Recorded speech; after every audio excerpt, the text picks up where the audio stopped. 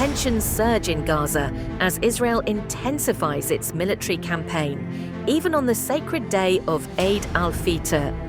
As bombs fall, diplomatic efforts seek a fragile ceasefire, while leaders trade sharp ultimatums. Israeli Prime Minister Benjamin Netanyahu has declared that Hamas leaders could leave Gaza if the group surrenders its weapons, as Israel continues its bombardment of the Palestinian enclave. On the first day of Eid al-Fitr, an Israeli airstrike struck Khan Yunis, killing at least 8 people, including 5 children, according to Gaza's Civil Defense Agency. The victims were sheltering in a house and a tent. One grieving relative asked, "What kind of Eid is this that we are going through?" Despite expressing a willingness to hand over Gaza's administration, Hamas insists that disarming remains off the table, calling its weapons a red line. Meanwhile, Egypt, Qatar, and the United States are renewing mediation efforts. Hamas has reportedly accepted a new ceasefire proposal and urged Israel to do the same.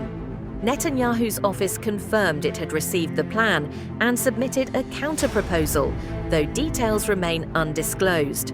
French President Emmanuel Macron has called on Israel to halt strikes and resume the ceasefire, emphasizing the urgent need for humanitarian aid. Air and ground assaults persist, with medics and witnesses reporting multiple airstrikes across the Gaza Strip.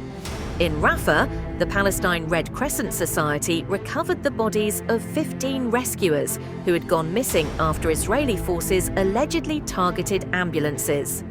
The group accused Israel of war crimes, a claim the military rejected, stating the vehicles were suspected of Hamas use.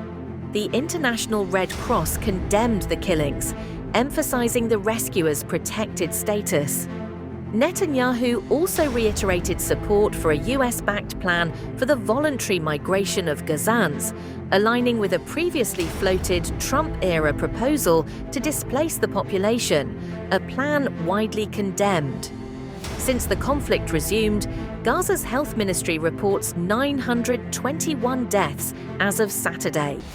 Overall, Israel's offensive has claimed more than 50,000 lives in Gaza, mostly civilians, according to local authorities.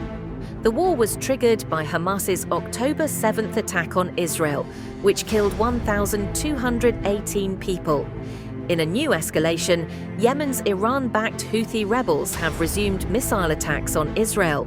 The Israeli military confirmed intercepting one such missile on Sunday. The Houthis continue to target Red Sea shipping in what they call support for Palestinians. As violence rages and diplomacy teeters, the humanitarian toll deepens, leaving the region and the world on edge.